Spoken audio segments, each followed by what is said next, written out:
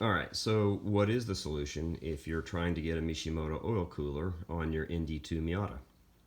The solution is to buy an ND1 oil filter housing right here.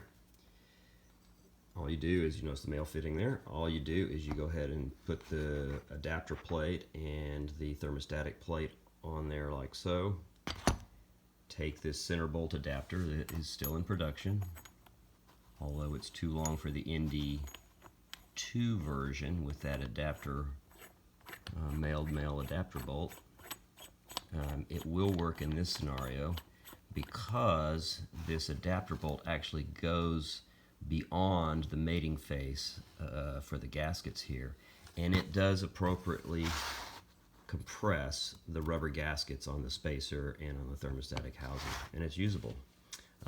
Albeit it's a 1/4 inch longer than the ND1 setup, it will work. And I haven't installed it on my car yet to find out how far it sticks below the chassis, but I know it will work because I've actually torqued this down to the recommended 35 foot-pounds, and it seems to give a good seal everything I've got. Hope that helps you guys. Take care, bye.